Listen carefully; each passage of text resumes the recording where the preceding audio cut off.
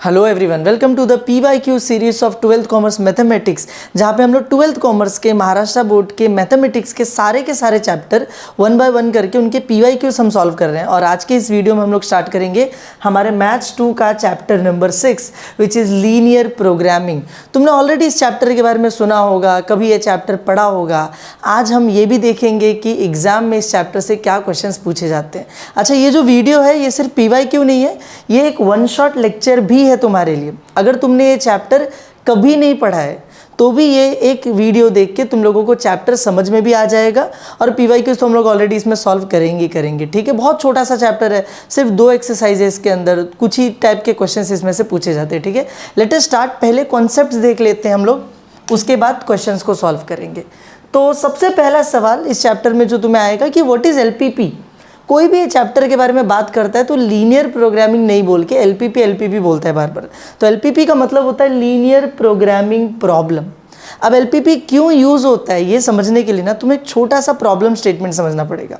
मान लो तुम्हारी एक फैक्ट्री है, फैक्ट्री के अंदर तुम चेयर बनाते हो और टेबल बनाते हो। चेयर और टेबल दोनों ही लकड़ी से बनाते हो, तुम वुडन से बनाते हो, ठीक है। चेयर जो होती है ना वो छोटी होती है थोड़ी, तो उसमें लकड़ी कम यूज़ होता है और टाइम भी कम लगता है, और साथ में वो जब बिकती है तो पैसा भी कम मिलता है। लेकिन जो टेबल है उसमें लकड़ी थोड़ी ज़्यादा लगती है, लेबर भी थोड़ा ज़्यादा लगता है, लेकिन जब वो बिकती है तो पैसा भी थोड़ा ज़्यादा मिलता है।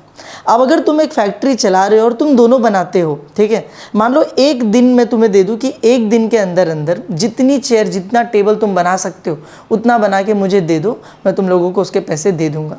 अब तुम्हें पहले ये डिसाइड करना पड़ेगा ना कि यार मैं कितनी चेयर बनाऊँ, कितनी टेबल बनाऊँ, क्योंकि तुम्हारे पास एक दिन के लिए अनलिमिटेड लकड़ी पड़ी हुई है करने, तुम्हारे पास कुछ पर्टिकुलर अमाउंट में ही वुड पड़ा होगा। तुम्हारे पास जो लेबर्स हैं वो भी तो लिमिटेड है ना, उसके ऊपर तुम्हारे पास लेबर नहीं है। मतलब तुम ऐसा नहीं कर सकते कि 1000 लेबर एक दिन के लिए लेकर आ जाऊँ, बहुत सारा सामान बनवा लो, ऐसे तो हो नहीं सकता। लकड़ी लिमिटेड है, लेबर लिमिटेड है, तुम्हारे पास टाइम भी लिमिटेड है, एक दिन का टाइम मैंने तुम्हें दिया है। तो अब तुम्हें डिसाइड करना पड़ेगा कि कितनी टेबल बनानी चाहिए और कितने चेयर्स बनाने चाहिए ताकि तुम ज़्यादा से ज़्यादा प्रॉफिट उसमें से निकाल सको, ठीक है। तो ये जो प्रॉब्लम होता है ना कि कितनी चेयर बनाऊँ, कितना टेबल बनाऊँ, मैं डिसाइड नहीं कर पा रहा हूँ ना, ये जो डिसीजन है, ये जो problem of deciding the variables है, इसी को हम लोग सॉल्व करते हैं यूजिंग लीनियर प्रोग्रामिंग प्रॉब्लम। समझ में आया? यहाँ पे मैंने बाजू में यूसेज भी लिखा है, टू मैक्सिमाइज और टू मिनिमाइज। हम लोग किसी चीज़ को मैक्सिमाइज करने के लिए इसका यूज़ करते, मिनिमाइज करने के लिए इसका यूज़ करते। मैक्सिमाइज मतलब क्या, मैं चाहता हूँ मुझे ज़्यादा से ज़्यादा प्रॉफिट हो आज के दिन में, तो ये हो गया मैक्सिमाइजेशन प्रॉब्लम। मैं बोलूँगा कि मुझे टेबल कुर्सी बेचनी तो है लेकिन कम से कम खर्चे में बेचनी है, कम से कम कॉस्ट में बेचना है, मिनिमाइज द कॉस्ट, ये मिनिमाइजेशन प्रॉब्लम हो गया। समझ में आया? दोनों ही सॉल्व होते हैं using linear programming problem LPP, ठीक है। अब LPP के 3 बहुत इंपॉर्टेंट पार्ट्स हैं जिनको मैंने यहाँ पे लिखा ऑर्गन्स। ऑर्गन्स मतलब क्या, वो उसके शरीर का हिस्सा है, इनके बिना LPP काम नहीं करता। कौन कौन से ऑर्गन्स हैं इसके? सबसे पहले decision variables, then constraints, then objective function. एक एक करके तीनों का मतलब समझते हैं। पहले देखो डिसीजन वेरिएबल्स मतलब क्या, व्हाट आर यू डिसाइडिंग, तुम डिसाइड क्या करना चाह रहे हो। जैसे थोड़े टाइम पहले मैंने बोला था ना, नंबर ऑफ चेयर्स और नंबर ऑफ टेबल डिसाइड करने में, कि कितना चेयर बनाऊं कितना टेबल बनाऊं, क्या डिसाइड करने की कोशिश कर रहा हूं। तो देखो यहाँ पे लिखा है number of chairs, number of tables. इनको जनरली X और Y से डिनोट किया जाता है, ठीक है। ये वेरिएबल्स है ना, इसलिए X Y Z से इनको डिनोट करते हैं, ठीक है। उसके बाद आता है कंस्ट्रेंट। कंस्ट्रेंट्स मतलब क्या, तुम्हारे क्या क्या लिमिटेशंस है। जैसे तुम्हारे केस में तुम्हारे पास लिमिटेड वुड पड़ा हुआ है, लकड़ी बहुत कम पड़ी हुई है, बहुत कम नहीं मतलब कितनी भी पड़ी है लेकिन लिमिटेड है ना, खत्म हो जाएगी एक टाइम के बाद। तुम्हारे पास लेबर लिमिटेड है, कुछ नंबर ऑफ लोग हैं, उन्हीं से तुम्हें काम करवाना है। तुम्हारे पास टाइम लिमिटेड है, मैंने यहाँ पे लिखा नहीं लेकिन लिमिटेड टाइम भी है तुम्हारे पास। तो जो लिमिटेशंस होती है ना, इनको हम लोग बोलते हैं कंस्ट्रेंट्स। और फिर होता है ऑब्जेक्टिव फंक्शन। ऑब्जेक्टिव फंक्शन क्या है, what are you trying to minimize और मैक्सिमाइज, किस चीज़ को तुम बढ़ाने की या फिर कम करने की कोशिश कर रहे हो। जैसे तुम हो सकता है तुम चाहते हो मैक्सिमाइज द प्रॉफिट, ज़्यादा से ज़्यादा प्रॉफिट निकालना चाहते हो सकता है you want to minimize the cost, कम से कम कॉस्ट में तुम अपना काम खत्म करना चाहते हो। तो जो भी तुम कोशिश कर रहे हो कॉस्ट प्रॉफिट को मिनिमाइज मैक्सिमाइज करने की, वो जो चीज़ है वो तुम्हारा ऑब्जेक्टिव फंक्शन है। प्रॉफिट को मैक्सिमाइज करना है, profit is your objective function. Cost को मिनिमाइज करना है तो cost is your objective function. इतना तुम्हें समझ में आया? ये तीनों बहुत इंपॉर्टेंट टर्म्स हैं। ताकि तुम आगे चल के कोई भी क्वेश्चन आए, जब मैं बोलूँ कि यार ये यहाँ पर ऑब्जेक्टिव फंक्शन दिया है, तो तुम्हें समझ में आए। एक बार वीडियो को पॉज करो, थोड़ा सा पढ़ो मैंने क्या लिखा है स्क्रीन पे, स्क्रीनशॉट ले लो चाहिए तो, उसके बाद हम लोग आगे बढ़ते हैं। ठीक है, चलो ठीक है, लेट अस मूव फॉरवर्ड। और ये भी बहुत बेसिक सी चीज़ है, 9th-10th में पढ़ाई जाती है, दोबारा पढ़ा रहा हूँ क्योंकि आगे कुछ क्वेश्चंस में इसका यूज़ पड़ेगा। ये है हमारे पास एक प्लेन, कार्टेशियन प्लेन। प्लेन मतलब क्या, एक्स एक्सेस बना दिया, वाई एक्सेस बना दिया, ये तुम्हारा प्लेन है। ठीक है, तो इस प्लेन के अंदर तुम्हें एक चीज़ पता होगी कि ये जो एक्सेस है this is my X axis, ये जो वर्टिकल होता है this is my Y axis. अच्छा, जो वैल्यूज़ लिखी जाती है वो कैसे लिखते हैं, ये बीच में ओरिजिन है, तो ओरिजिन पे हमेशा कौन सा नंबर आता है, 0। जैसे ओरिजिन से तुम आगे बढ़ोगे राइट साइड में यहाँ पर आएगा 1 2 3 4 5 पॉजिटिव नंबर्स आते हैं। ठीक है, लेकिन अगर तुम ओरिजिन से लेफ्ट साइड में जाओगे ना, तो यहाँ पर -1 -2 -3 -4 -5 नेगेटिव नंबर्स आएंगे। तुम जैसे ओरिजिन के ऊपर जाओगे यहाँ पे 1 2 3 पॉजिटिव नंबर्स आएंगे। तुम जैसे ही नीचे जाओगे -1 -2 नेगेटिव नंबर्स आएंगे। ये तुमने ऑलरेडी 9th-10th में पढ़ा होगा। ठीक है, और यहाँ पर ये जो पहला क्वाड्रेंट बनता है इसको फर्स्ट क्वाड्रेंट बोलते हैं, this is called as second quadrant, इसको थर्ड बोलते हैं और इसको फोर्थ बोलते हैं। किसी को भी फर्स्ट सेकंड थर्ड फोर्थ नहीं बोलते, जैसा लिखा है वैसा ही, this is my first second third and this is my fourth quadrant. कुछ ऑब्जेक्टिव्स हैं जिसके अंदर ये हमें काम आएगा, इसके लिए बता दिया। ठीक है, जब ऑब्जेक्टिव्स करेंगे दोबारा इस वाले पेज पर मैं आऊँगा, तुम्हें दिखाऊंगा, तब देखना कैसे इसका वहाँ पे यूज़ होता है। ठीक है, फिलहाल हम लोग आगे बढ़ते हैं, सॉल्व करना स्टार्ट करते हैं। तो सबसे पहला पेपर जो हमारे सामने है वो है जुलाई 2025 का। अब जुलाई 2025 में हमें दिख रहा है कि 1 मार्क्स का एक ऑब्जेक्टिव पूछा है, 1 मार्क्स का एक और ऑब्जेक्टिव पूछा है, 2 ऑब्जेक्टिव्स पूछे गए। मैं क्या बोल रहा हूँ, ऑब्जेक्टिव्स लास्ट में करते हैं ना, पहले जो एक्चुअल सब्जेक्टिव क्वेश्चन है सॉल्व करने वाले उनको सॉल्व कर लेते हैं, लास्ट में ऑब्जेक्टिव 1-1 मार्क्स वाले सारे करेंगे, ज़्यादा अच्छे से समझ में आएगा। ठीक है, लेकिन फिलहाल इसमें 2 ऑब्जेक्टिव आए थे, याद रखना। और फिर इसमें आया एक 4 मार्क्स का क्वेश्चन सॉल्व करने के लिए। ठीक है, ये तुम्हारा एक्चुअल क्वेश्चन है 4 मार्क्स का, इसको सॉल्व करते हैं। जुलाई 2025 का क्या लिखा है, maximize z equals to 60x + 50y subject to, कुछ यहाँ पे चीज़ें लिख कर देती है। एक बार मैं क्वेश्चन तुम्हें समझाऊंगा, आगे अपने आप ही सारे तुम्हें समझ में आ जाएंगे क्या है इस क्वेश्चन के अंदर। तो इसके अंदर ना, यहाँ पे पहले बोला कि मुझे मैक्सिमाइज करना है, इसका मतलब ये मैक्सिमाइजेशन का क्वेश्चन है। यहाँ पर मैक्सिमाइज की जगह मिनिमाइज भी लिख कर दे सकता है। ठीक है, यही 2 चीज़ें आ सकती है, या तो मैक्सिमाइज या तो मिनिमाइज। दोनों में क्या फ़र्क होता है जब क्वेश्चन सॉल्व करूँगा तो बताऊँगा। ठीक है, लेकिन जब भी ये मैक्सिमाइज मिनिमाइज देगा उसके आगे तुम्हें दिखेगा एक ऐसा इक्वेशन। अब इस इक्वेशन को ही बोलते हैं ऑब्जेक्टिव फंक्शन। इसको क्या बोलते हैं हम लोग, ऑब्जेक्टिव फंक्शन। यही वो चीज़ है जिसको तुम मिनिमाइज या मैक्सिमाइज करना चाहते हो। तो यहाँ पे मैक्सिमाइज किसको करना है, इसको करना है। हमेशा z से स्टार्ट होता है, z इक्वल्स टू कुछ लिखा रहेगा, ये तुम्हारा ऑब्जेक्टिव फंक्शन है। फिर उसके नीचे सब्जेक्ट टू लिख कर दिया होगा हर बार। सब्जेक्ट टू के आगे जो भी चीज़ें तुम्हें यहाँ पर दी गई है, these are called as constraints. इनको हम लोग क्या बोलते हैं, कंस्ट्रेंट्स बोलते हैं। तो किसी भी LPP के क्वेश्चन में तुम्हें ऑब्जेक्टिव फंक्शन दिया होता है, कंस्ट्रेंट्स दिए होते हैं और बता दिया होता है कि मिनिमाइज करना है या मैक्सिमाइज करना है, और तुम्हें उसको सॉल्व करना पड़ेगा। 4 मार्क्स के लिए, ज़्यादातर केसेस में 4 मार्क्स के लिए क्वेश्चन आता है, कभी कभी 3 मार्क्स के लिए भी आता है, वो थोड़ा सा आसान होता है। ठीक है, फिलहाल इसको सॉल्व करते हैं और देखते हैं कैसे सॉल्व किया जाता है। ठीक है, ये पूरा मिटा देता हूँ। तो सबसे पहली चीज़ जो तुम्हें करनी है ना, तुम्हें बनाना है एक टेबल। मैं सॉल्व करना स्टार्ट कर रहा हूँ, तुम्हें बनाना एक टेबल, सेम टू सेम जैसे मैं बना रहा हूँ वैसे बनाना है। तुम यहाँ पर लिखो इन इक्वेशन। ठीक है, फिर इन इक्वेशन लिखने के बाद तुम लिखो यहाँ पर इक्वेशन। इक्वेशन के बाद तुम यहाँ पे लिखोगे x इंटरसेप्ट, और फिर यहाँ पर आ जाएगा y इंटरसेप्ट, और फिर लास्ट में यहाँ पर आ जाएगा रीजन। सेम टू सेम ऐसे ही तुम्हें भी टेबल बनाना है, कुछ भी अलग नहीं होगा, ध्यान देना। ठीक है, अच्छा, इन इक्वेशन के अंदर क्या लिखा जाएगा मालूम है, जो भी तुम्हारे कंस्ट्रेंट्स है वो लिखे जाएंगे। कंस्ट्रेंट्स कौन कौन से, ये रहे 1 2 3, ये कंस्ट्रेंट्स है। तो लिखते हैं x + 2y ≤ 40। मैं यहाँ पे लिख देता हूँ x + 2y ≤ 40। दूसरा कंस्ट्रेंट क्या है, 3x plus 2y, 3x plus 2y less than equals to 60, less than equals to 60।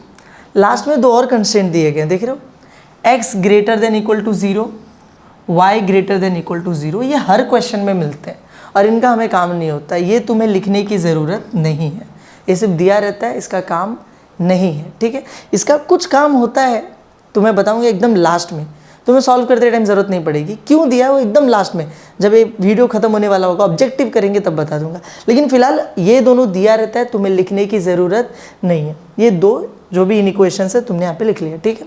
अब इक्वेशन में क्या करो, ये जो बीच में सिंबल दिख रहा है less than equal to, less than equal to, यहाँ पे ग्रेटर देन इक्वल टू दिया होगा, कुछ भी दिया है उसको हटा दो, इक्वल टू लगा दो, तो ये हो जाएगा x plus 2y equals to 40। ये क्या हो जाएगा, 3x plus 2y equals to 60। कुछ भी है दिया हटा दो, इक्वल्स टू लगा दो, सिंपल। फिर हम लोग आते हैं x इंटरसेप्ट के ऊपर। x इंटरसेप्ट कैसे निकाला जाता है, नीचे इंस्ट्रक्शन लिख के दे देता हूँ। x इंटरसेप्ट निकालने के लिए put y equals to 0, y intercept निकालने के लिए पुट x इक्वल्स टू 0, ऐसे ही निकाला जाता है, ठीक है। तो x इंटरसेप्ट निकालने के लिए y को 0 पुट करना पड़ेगा। ये इक्वेशन दिया था x plus 2y equals to 40, y को 0 पुट करता हूँ, चलो तो x प्लस 2 y की जगह पे कितना आ जाएगा 0 इक्वल्स टू 40, x प्लस 2 0 सा तो 0 होता है ना, छोड़ दो गायब हो जाएगा वो, इक्वल्स टू 40। मुझे मिल गया x इक्वल्स टू 40, तो यहाँ पे मैं लिख दूंगा 40, समझा। y की वैल्यू 0 पुट करो, x की वैल्यू जो भी आ जाए वो यहाँ पर लिख दो। अब यहाँ पर आते हो, y इंटरसेप्ट कैसे निकालेंगे, x की जगह 0 पुट करके।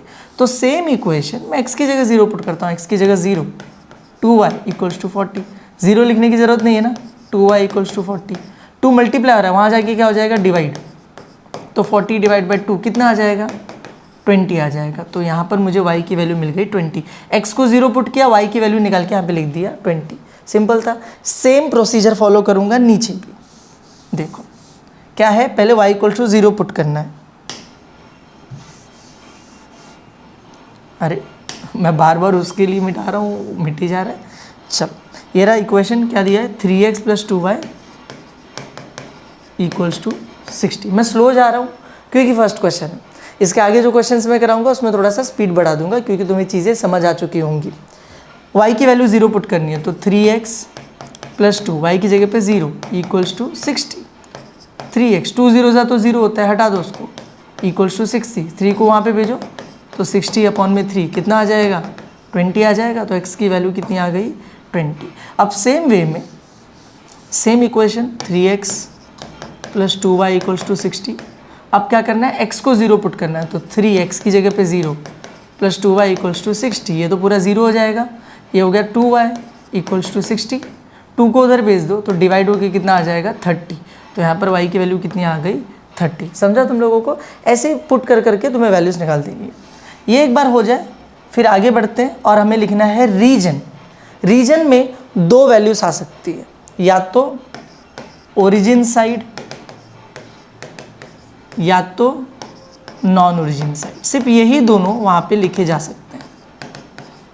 कब लिखना है, अगर मुझे लेस देन इक्वल टू दिखाई देता है ऐसा तो मैं ओरिजिन साइड लिखूँगा, ग्रेटर देन इक्वल टू दिखाई देता है तो मैं नॉन ओरिजिन साइड लिखूँगा। Very very simple. Less than है तो ओरिजिन, ग्रेटर देन है तो नॉन ओरिजिन। तो यहाँ पर देखता हूँ मैं क्या लिखा हुआ है, लेस देन लिखा हुआ है, देख रहे हो पहला वाला लेस देन लिखा है, लेस देन। यहाँ पे भी क्या लिखा है, लेस देन, तो ये भी ओरिजिन साइड है, ये भी ओरिजिन साइड है, तो यहाँ पर आ जाएगा ओरिजिन साइड, यहाँ पर भी क्या आ जाएगा ओरिजिन साइड। अच्छा, आंख बंद करके दोनों सेम नहीं लिखने का, कभी कभी हो सकता है यहाँ पर लेस देन इक्वल टू दिया हो, यहाँ पे ग्रेटर देन इक्वल टू दिया हो, तो ये ओरिजिन है नॉन ओरिजिन, ऐसा अलग अलग भी हो सकता है। ऐसा मत करना कि ऊपर वाला ओरिजिन है तो दोनों ओरिजिन लिख दिया, एक ओरिजिन दूसरा वाला नॉन ओरिजिन पॉसिबल है। तो यहाँ पे दोनों को देखो और उसके बाद ही आंसर लिखो, ठीक है। और हमारा टेबल बन के तैयार है। ये टेबल अगर तुमने बना दिया एग्जाम में तो तुम्हें 1 मार्क्स मिल जाएगा। इसका 4 मार्क्स का क्वेश्चन है, 1 मार्क्स मिल जाएगा। तुम बोलोगे इतना बड़ा टेबल 1 मार्क्स, अरे मैंने सिखाया इसलिए टाइम गया, तुम बनाओगे तो ज़्यादा टाइम नहीं जाता है, 1 मार्क्स इसका मिलेगा। टेबल बन गया, उसके बाद सेकेंड स्टेप आता है, हमें बनाना है ग्राफ।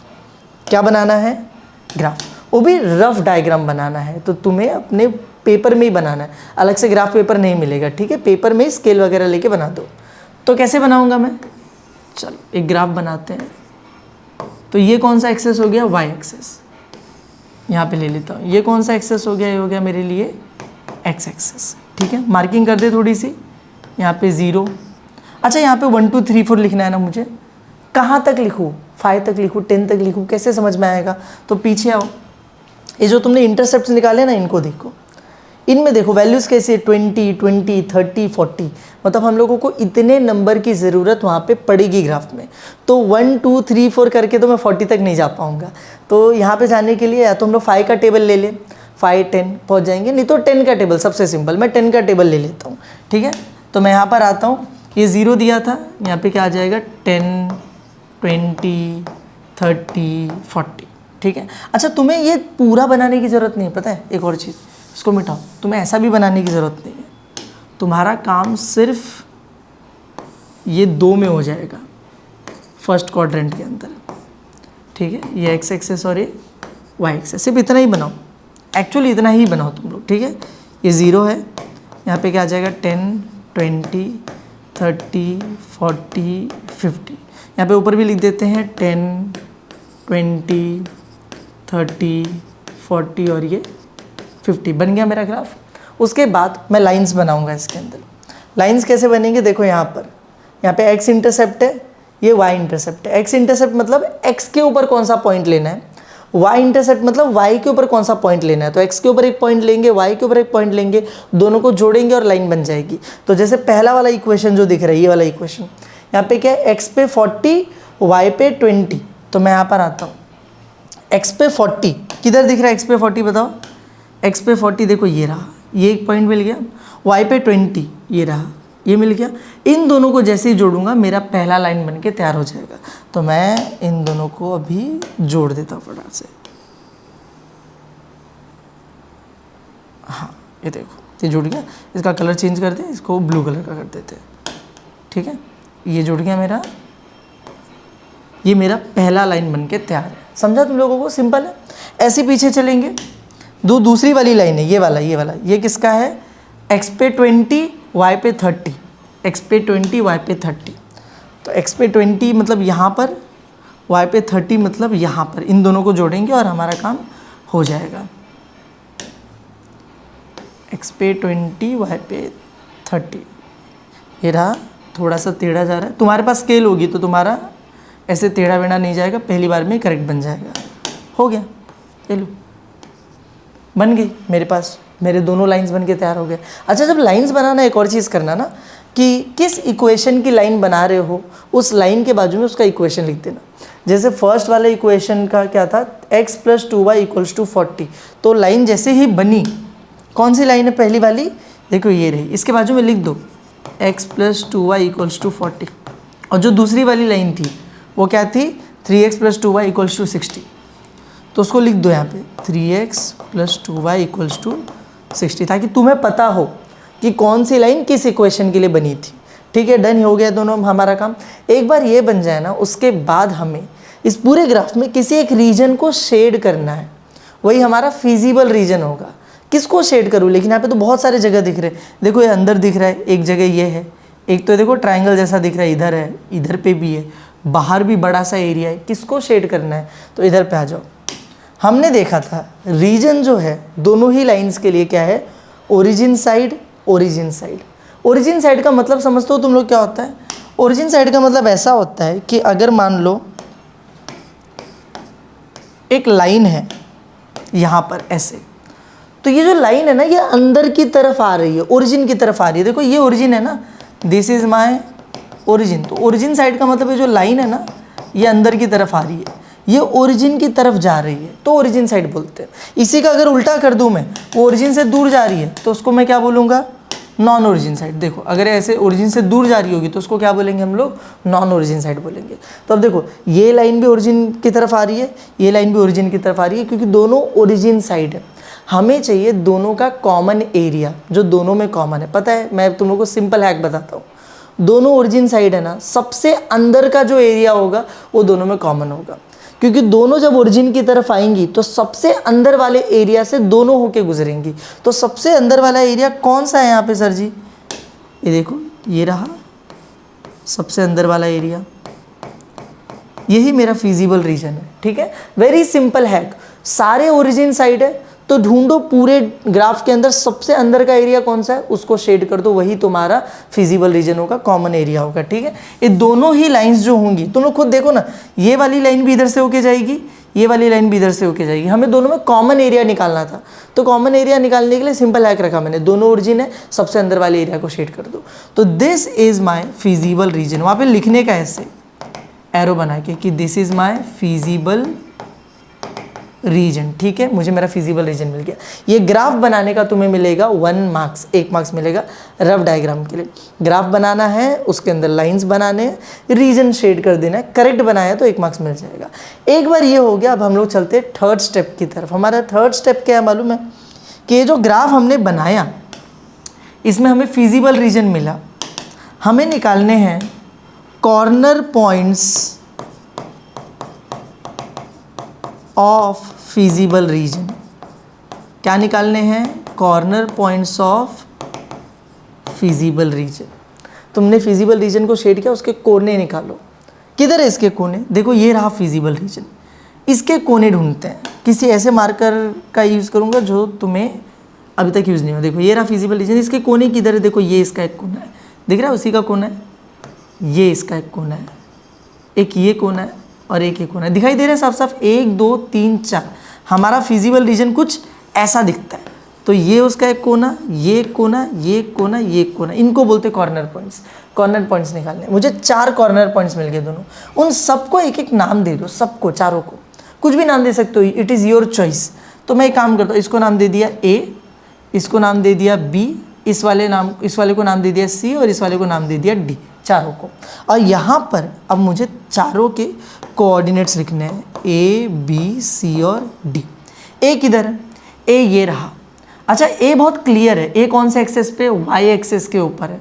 कोई भी पॉइंट जब वाई एक्सेस के ऊपर होती है ना, तो उसका एक्स का वैल्यू क्या होता है? 0। और वाई का वैल्यू क्या होगा सर जी? देखो साफ साफ तो दिख रहा है, 20 पे है वो, तो 20। अच्छा, बी के लिए निकालते, बी किधर है? बी ये रहा। बी की दिक्कत है, बी ना तो एक्स एक्सेस के ऊपर है ना वाई एक्सेस के ऊपर है, बी ऐसे हवा में लटक रहा है, तो हमें बी के कोऑर्डिनेट्स नहीं पता, हम लोग नहीं लिखेंगे बी के कोऑर्डिनेट्स। सी के लिए लिखते हैं, सी किधर है? देखो ये रहा, एक्स एक्सेस पे, एक्स एक्सेस के लिए वाई क्या होता है? हमेशा 0, और एक्स की वैल्यू क्या होगी? साफ साफ दिख रहा है, 20 होगी। ठीक है, डी के लिए लिखते हैं, डी किधर है? डी ओरिजिन पे है, देख रहे हैं? ओरिजिन क्या होता है? हमेशा 0,0। हमें ए सी डी मिल गया, बी नहीं मिला क्योंकि हवे में लटक रहा था। हवे में लटकने वाले पॉइंट को क्या करते हैं? सॉल्व करके निकालना पड़ता है। कैसे सॉल्व करेंगे? वैसे ग्राफ अगर ध्यान से देखोगे तो मिलेगा, देखो ना ये पॉइंट, यहाँ से देखो एक्स पे देखोगे तो ये 10, एक्स पे कौन से है? ये 10 वैल्यू पे है। ठीक है, वाई का कोऑर्डिनेट ढूंढने की कोशिश करोगे तो देखोगे 20 और 10 के बीच में 15 कुछ आएगा। 10 और 15 इसके कोऑर्डिनेट्स दिख रहे हैं, पर वो रफ डायग्राम है, उस पर भरोसा नहीं कर सकते, हमें सॉल्व करके निकालना पड़ेगा। तो हम यहाँ पर आते हैं और अब बी फाइंड करेंगे। मैं लिखूँगा टू फाइंड बी। कैसे फाइंड आउट करेंगे? वेरी बेसिक चीज़ है ये, बहुत बचपन से पढ़ाया जाता है हम लोगों को। ये जो बी है ना, ये दोनों लाइन के इंटरसेक्शन पे बन रहा है। देख रहे हो, दोनों लाइन एक दूसरे को ऐसे काट के जा रही है, काटने वाले पॉइंट पे बन रहा है। जब दो लाइन से एक दूसरे को काटे, उनके इंटरसेक्शन पे एक पॉइंट बने, तो उसको निकालने का तरीका होता है दोनों इक्वेशन को साइमल्टेनियसली सॉल्व कर दो। क्या कर दो? साइमल्टेनियसली सॉल्व कर दो। तो मैं लिखता हूँ टू फाइंड बी, इक्वेशंस लिख लेते हैं। x + 2y = 40, 3x + 2y = 60। इन दोनों को साइमल्टेनियसली सॉल्व करो। बचपन में सीखा था हमने 9th-10th के अंदर। ठीक है, पहले तो x नहीं तो y का, दोनों का कोई भी कोऑर्डिनेट, इसके मार्क्स नहीं मिलते, पहले बोल रहा हूँ मैं। आंसर जो निकलेगा वो मैटर करता है, तुम सॉल्व करके कितना दिखाओगे मैटर नहीं करता है, तुम सीधे सीधे आंसर निकालने पे ध्यान दो। तो x नहीं तो y का कोऑर्डिनेट सेम होना चाहिए। यहाँ पे x का 1 है, 3 है, अलग अलग है। y का 2 और 2 है, सेम है। तो क्या करूँ? दोनों इक्वेशन को सबट्रैक्ट कर देता हूँ। तो सबट्रैक्ट करेंगे तो क्या हो जाएगा? x + 2y = 40, 3x + 2y = 60। मैं कर रहा हूँ सबट्रैक्ट, नीचे सबका साइन चेंज होगा, ये नेगेटिव नेगेटिव नेगेटिव। x और -3x, x में से -3x किया तो क्या बचा, -2x बचा, +2y -2y तो कैंसिल हो गया। 40 में से -60 किया तो -20 बचा, दोनों साइड माइनस माइनस कट गया। 2x = 20, 2 मल्टीप्लाई हो रहा है, उधर जाके क्या हो जाएगा, डिवाइड, x की वैल्यू मिल गई, कितनी आ गई, 10। ठीक है, इसको ऐसे ही सॉल्व करना, adding equation, subtracting equation, multiplying, वो मत लिखना, ठीक है, उसका टाइम नहीं है हमारे पास, मार्क्स नहीं मिलते उसके साथ। चलो x हो गया 10, अब पुट करो x की वैल्यू, पुट x = 10 इन किसी भी इक्वेशन में पुट कर दो। फर्स्ट में पुट कर देता हूँ, तो फर्स्ट क्या दिया था, x + 2y = 40, तो x की जगह अब लिख दो 10 + 2y = 40। अच्छा, जो +10 है उसको इधर से भेज देते हैं उधर पे, तो 2y = 40 + 10 वहाँ जाके -10 हो गया, 2y = कितना हो गया, 30। अब 2 यहाँ पे मल्टीप्लाई हो रहा है, उधर भेज दो, डिवाइड हो जाएगा, तो 30 / 2 तुम्हें पता है कितना आने वाला है, 15। तो मुझे b के कोऑर्डिनेट्स मिल गए। b के कोऑर्डिनेट्स क्या है, मुझे देखो x की वैल्यू मिली 10, मुझे x की वैल्यू मिली 10, y की वैल्यू कितनी मिली, 15, और ये मेरे b के कोऑर्डिनेट्स है 10 और 15।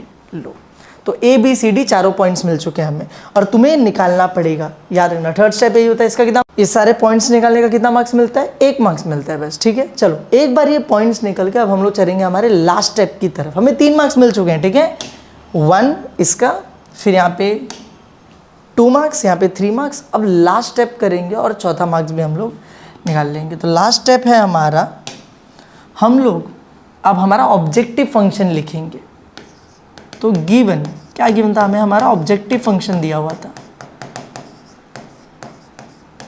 क्या दिया था ऑब्जेक्टिव फंक्शन, z = करके कुछ दिया हुआ था, देखो, तो यहाँ पे लिखा है z = 60x + 50y, तो मैं यहाँ पे लिखता हूँ z = 60x + 50y। ठीक है, अब हम लोग ना इसमें सारे पॉइंट्स, हमारे 4 पॉइंट्स मिले थे हमें, सारे पॉइंट्स एक एक करके इसके अंदर पुट करते जाएंगे। तो a वाला क्या था हमारा, 0,20 था। देखो पॉइंट्स मिले थे, a क्या था, 0,20। अब इसमें पुट कर दो, तो देखो z = 60, x की वैल्यू कितनी है a पे, 0, + 50, y की वैल्यू कितनी है a में, 20। 60 0 ज़ा 0, 15 × 20 कितना हो जाएगा, 5 2 ज़ा 10, 0 0, 1000 मिल गया। अब ऐसे ही b के लिए निकालते हैं। b अभी हमने निकाला था पीछे, नीचे आया था अपना आंसर, कितना आया था, 10 और 15 आया था। अच्छा, तुम्हें याद है जब मैंने ग्राफ से निकाला था तो भी 10 और 15 ही आया था, पर हम डाउटफुल थे ना, 10 और 15। चलो 10 और 15 पुट करते हैं यहाँ पर, 10, 15, तो z = कितना हो जाएगा, 60, x की वैल्यू 10, 50, y की वैल्यू कितनी है, 15 है।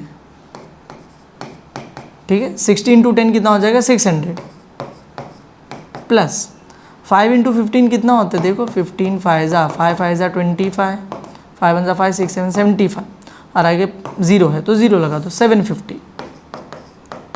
दोनों को ऐड करो तो 1200, 1350, 1350 आ गया।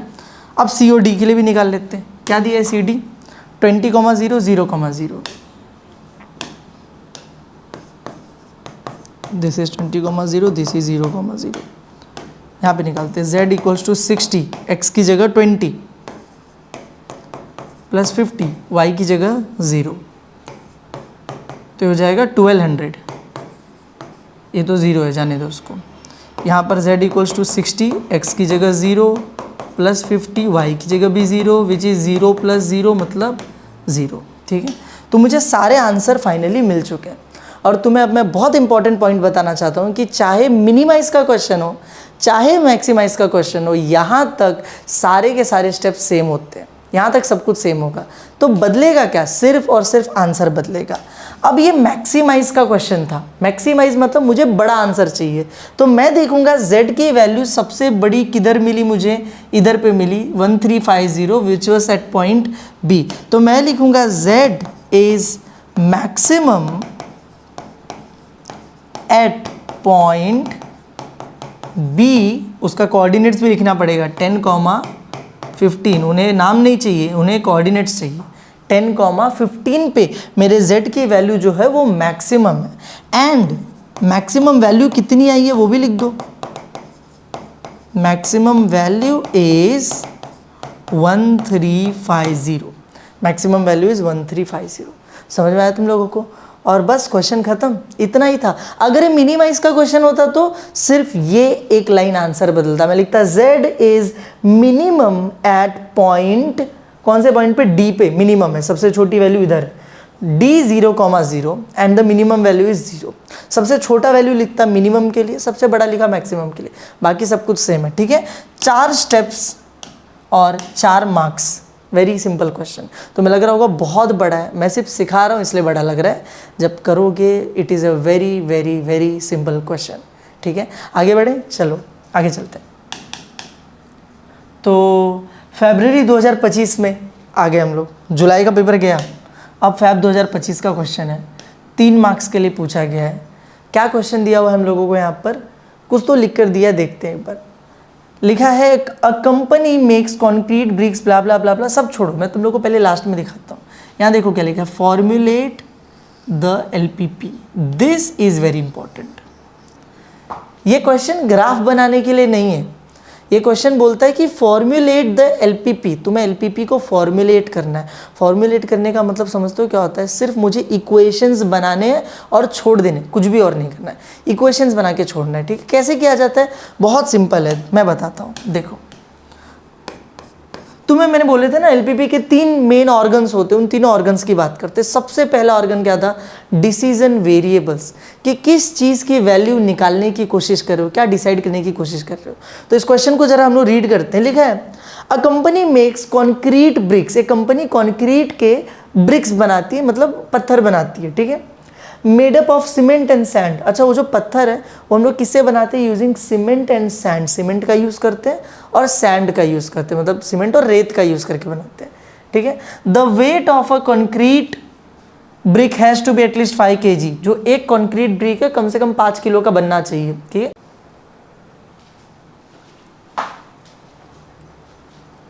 The weight of a concrete brick has to be at least 5 kg, मतलब जो पत्थर बनना चाहिए वो कम से कम 5 किलो का बनना चाहिए। उससे कम का बनेगा तो घर ही तुम्हारा कमज़ोर हो जाएगा ना बहुत, तो 5 किलो का कम से कम होना चाहिए। फिर सीमेंट कॉस्ट ₹20 पर kg, सीमेंट 20 रुपये पर kg का आता है। सैंड कॉस्ट 6 रुपीज़ पर kg, सैंड जो है वो 6 रुपये पर kg का आता है। तुम्हें खरीदना भी तो पड़ेगा ना पत्थर बनाने के लिए, सीमेंट और रेती, तो उनका दाम दिया है कितने कितने रुपए का तुम्हें मिलेगा। Strength consideration dictate that a concrete brick should contain blah blah, कुछ तो दिया है, बहुत बड़ा क्वेश्चन है। इसमें मुझे एक चीज़ समझ में आ गई, पत्थर बनाना है, कंक्रीट का ब्रिक बनाना, और ब्रिक बनाने के लिए 2 मेन चीज़ें हैं, सीमेंट और सैंड।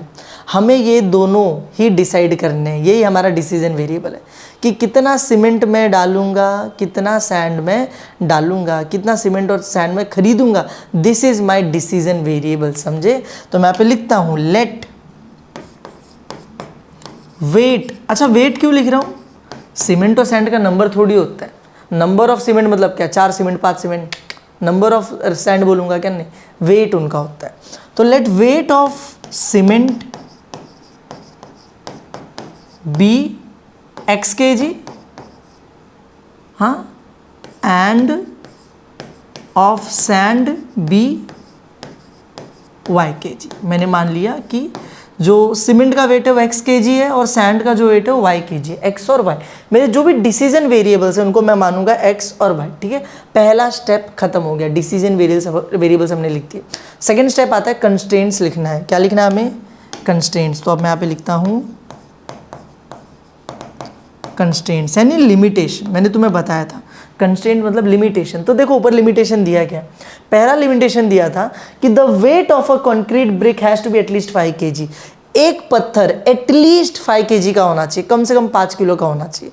पत्थर कैसे बना रहे हो? सैंड और सीमेंट डाल के, सीमेंट डाला प्लस सैंड डाला, इन दोनों को डाला, दोनों को मिक्स किया।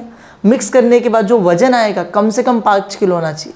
कम से कम 5 किलो मतलब क्या कि 5 किलो चलेगा, 5 किलो से ज़्यादा चलेगा, उससे कम नहीं चलेगा। इसका मतलब ग्रेटर देन इक्वल टू 5। ठीक है, मैं तो यहाँ पे लिख कर दे देता हूँ एटलीस्ट मतलब हिंदी में क्या बोलेंगे, कम से कम। और इसको दिखाने के लिए कभी भी हम लोग इस सिंबल का यूज़ करते हैं, ग्रेटर देन इक्वल टू, क्योंकि कम से कम का मतलब होता है कम से कम उतना रखो, उससे ज़्यादा चलेगा, उससे कम नहीं चलेगा।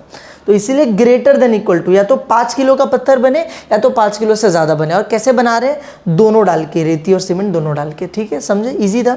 दूसरा जो कंस्ट्रेंट दिया हुआ, क्या दिया हुआ है यहाँ पर देखो, सीमेंट कॉस्ट ₹20 पर, नहीं ये कंस्ट्रेंट नहीं है तो उनका दाम दिया था। यहाँ पर देखो, strength consideration dictate that a concrete brick should contain minimum 4 kg of cement. देखो बताया जा रहा है कि कम से कम, मिनिमम मतलब कम से कम 4 किलो सीमेंट हमें डालना पड़ेगा।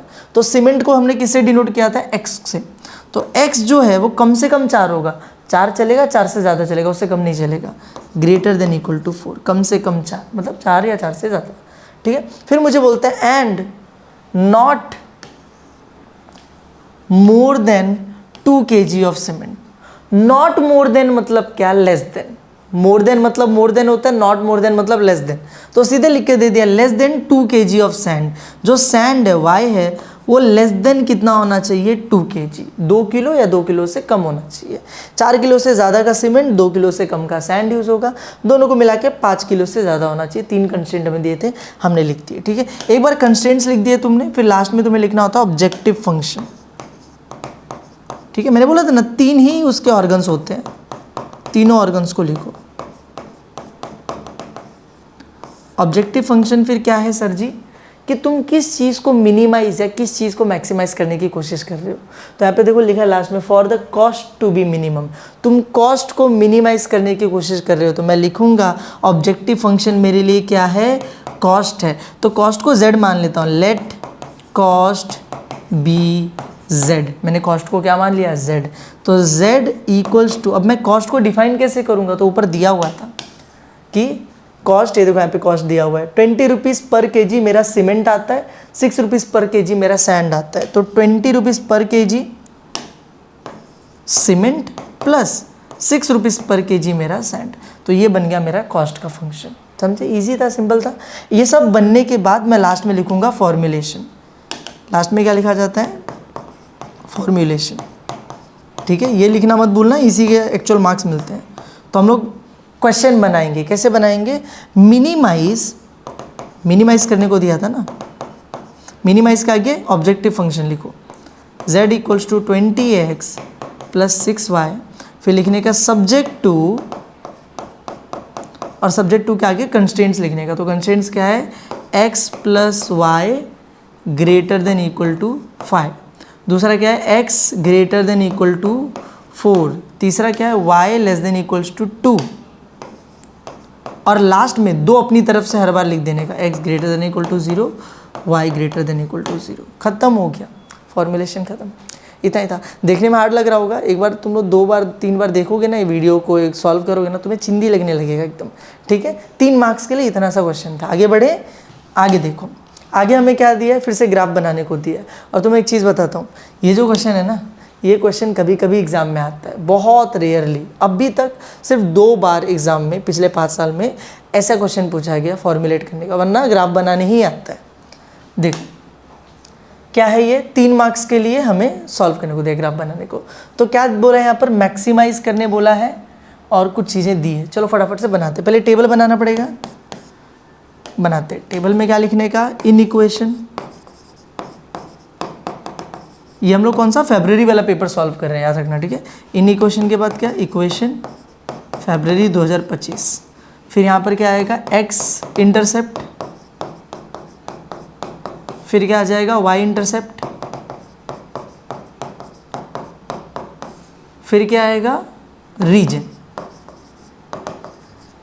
चलो इन इक्वेशंस क्या क्या है हमारे पास, ये रहा, ये रहा, ये 2 इन इक्वेशंस है। 3x plus 2y less than equals to 12, फिर क्या x plus Y greater than equals to 4, ठीक है। अब इक्वेशन जब लिखूंगा तो इनकी जगह इक्वल टू लगा दूंगा, तो 3x plus 2y equals to 12, यहाँ पर x plus Y equals to 4, ठीक है। x इंटरसेप्ट निकालने के लिए बताया था ना, क्या किया जाता है, पुट y इक्वल्स टू 0, और y इंटरसेप्ट निकालने के लिए क्या किया जाता है, पुट x इक्वल्स टू 0। तो चलो पहले y 0 पुट करते हैं। तो यहाँ पर 3x plus 2y equals to 12, 3x plus 2y की जगह पे 0 पुट किया इक्वल्स टू 12, ये तो पूरा 0 हो जाएगा। 3 को वहाँ पे भेजूंगा तो डिवाइड हो जाएगा, आंसर कितना आ जाएगा 4। समझे? ठीक है। फिर x को 0 पुट करते हैं। चलो x को 0 पुट करूँगा तो यहाँ पे x 0 हो जाएगा, 2y इक्वल्स टू 12, ये तो पूरा गायब हो जाएगा। तो 2y इक्वल्स टू 12, 2 वहाँ पे जाके डिवाइड होगा तो कितना आंसर आ जाएगा, 6 आ जाएगा। सिंपल था। अब ऐसे दूसरा वाला करते हैं। x plus Y equals to 4 दिया है, पहले y 0 पुट करूँगा तो x प्लस वाई की जगह 0 इक्वल्स टू 4, 0 तो गायब हो जाएगा, x इक्वल्स टू 4, तो x की वैल्यू 4 आ गई। अब यहाँ पे y को 0 पुट x को 0 पुट करना है, तो x plus Y equals to 4, x की जगह 0 रखो तो क्या मिला, y इक्वल्स टू 4, तो यहाँ पे कितना आ जाएगा, 4 आ जाएगा। सिंपल है एकदम। ठीक है, मैंने सिखा दिया था तुम लोगों को। रीजन कैसे लिखते हैं, लेस देन इक्वल टू रहा तो origin side, greater than equal to रहा तो नॉन ओरिजिन साइड। ठीक है, तो यहाँ पर देखो पहले वाले में लेस देन दिया है मतलब ओरिजिन, दूसरे वाले में ग्रेटर दिया है तो नॉन ओरिजिन। पहला ओरिजिन है ओरिजिन साइड, दूसरा इज नॉन ओरिजिन साइड। लो तुम्हें 1 मार्क्स मिल गया। क्या चाहिए तुम्हें, और 1 मार्क्स मिल गया यहाँ पे। अब आगे बढ़ते हैं और ग्राफ बनाते हैं। तो ग्राफ बनाने के लिए पहले एक्सेस ड्रॉ कर लेता हूँ मैं सारे। This is my Y axis, this is my X axis. ठीक है, मार्किंग करनी है अभी। नंबरिंग, तो नंबरिंग कैसे करेंगे, पहले चेक करेंगे किन नंबर्स की ज़रूरत है। 4 4 4 6, मतलब मुझे 1 2 3 4 भी काम आ जाएगा। तो मैं यहाँ पर 1 2 3 4 लिख लेता हूँ। This is 0 1 2 3 4 5 6 7। ठीक है, यहाँ पर 1 2 3 4 5 6 बहुत है। ठीक है, अब हम लोगों को लाइंस बनाने हैं। कौन कौन सा लाइन दिया था वहाँ पे, सबसे पहला लाइन दिया था x इंटरसेप्ट 4 y इंटरसेप्ट 6, मतलब x पे 4 पे मार्क करो, y पे 6 पे। x पे 4 किधर है, ये रहा, y पे 6 ये रहा। इन दोनों को जोड़ो, तुम्हारा पहला लाइन बन के तैयार है।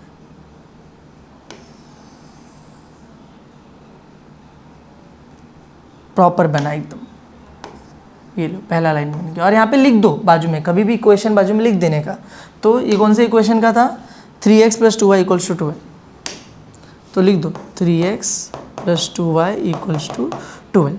अब दूसरा वाला बनाते हैं। दूसरे वाले में दोनों में क्या क्या दिया है, 4 4 दिया है, तो अब मैं दोनों पे 4 4 पे मार्क कर लूँगा। तो x पे 4 और y पे भी इस बार 4, तो इन दोनों को जोड़ के एक लाइन बन जाएगी। चलो यहाँ से थोड़ा गलत हो गया तो इसको थोड़ा ठीक करते हैं। ठीक है, इसको भी ठीक करते हैं, अभी सही दिख रहा है। तो ये बन गया मेरा x plus Y equals to 4 वाला लाइन। दोनों लाइंस बन के रेडी है।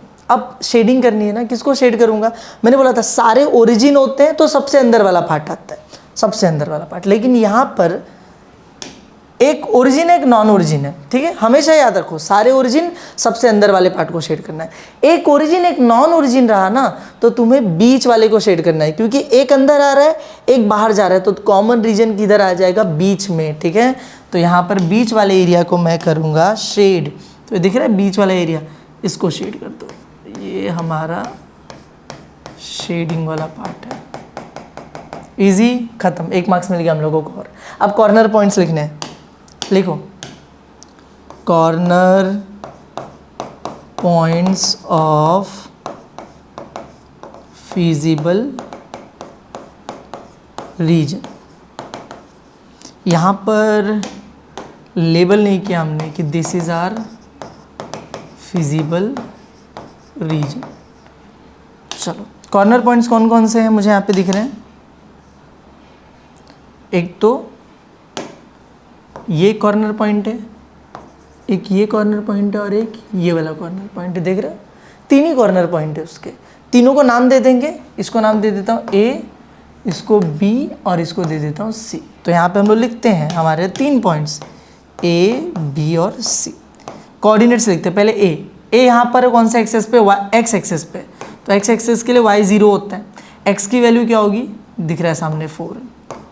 यहाँ पर b कहाँ पर है, b हमारे वाई एक्सेस पे, तो वाई एक्सेस पे x 0 होता है और y की वैल्यू क्या होगी, हम लोगों को दिख रही है 6 है, तो यहाँ पे 6 आ जाएगा। और c के लिए क्या होता है, किधर है c, ये रहा c, y एक्सेस पे है मतलब x 0 होगा और y की वैल्यू कितनी होगी 4, तो यहाँ पे आ गया 4। दिख रहा है, 3 कॉर्नर पॉइंट्स थे, तीनों के कोऑर्डिनेट्स हमें पता है, कोई भी बीच में नहीं है जिसको निकालना पड़ेगा, तभी ये 3 मार्क्स का क्वेश्चन है ना। तुम्हारा 1 मार्क्स बच रहा है बीच में, क्योंकि एक स्टेप बच रहा है तुम्हारा बीच में, ठीक है। तो ये हम लोगों को पॉइंट्स मिल गया। अब लास्ट स्टेप क्या है, हम लोगों को ऑब्जेक्टिव फंक्शन में ये तीनों पुट करना है, तो मैं लिखूंगा ऑब्जेक्टिव फंक्शन। हमारा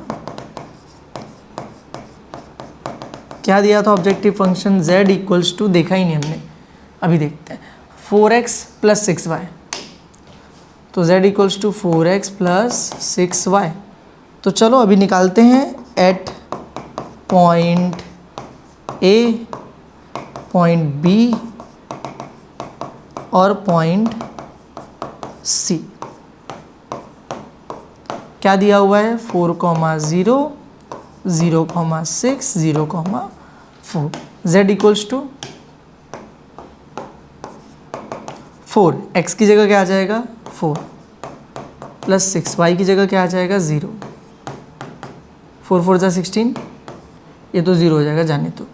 यहाँ पर z इक्वल्स टू 4, x की जगह 0 + 6, y की जगह 6 आ जाएगा, ये तो 0 हो जाएगा, यहाँ पे आ जाएगा 36, ठीक है।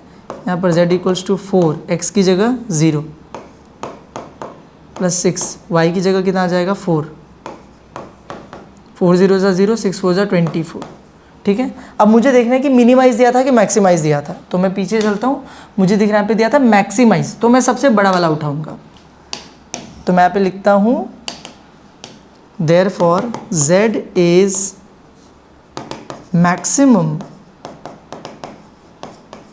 एट, किधर मैक्सिमम है देखो तीनों में से, यहाँ पर 36 वाले पे मैक्सिमम है, मतलब पॉइंट B पे, at B 0, 6, and maximum value कितनी है, मैक्सिमम वैल्यू इज 36। समझा, एकदम चिंदी है। अगर ये मिनिमाइज करने के लिए बोला होता तो मैं यहाँ पर आंसर लिखता 16 वाला, मैं लिखता minimum at point A 4, 0 and minimum value is 16। Very very simple question, समझा तुम लोगों को, बहुत चिंदी है। आगे बढ़े, मिल गया तुम लोगों को, 3 मार्क्स का था, 3 मार्क्स मिल गया। आगे चलते हैं नेक्स्ट पेपर के ऊपर। तो अगला पेपर है हमारा जुलाई 2024 का। अब जुलाई 2024 में भी स्टार्टिंग में 2 ऑब्जेक्टिव्स दिए हैं, जो मैंने बोला हम लोग लास्ट में करेंगे। तो आगे बढ़ते हैं। अब यहाँ पर आ गया सॉल्व करने के लिए।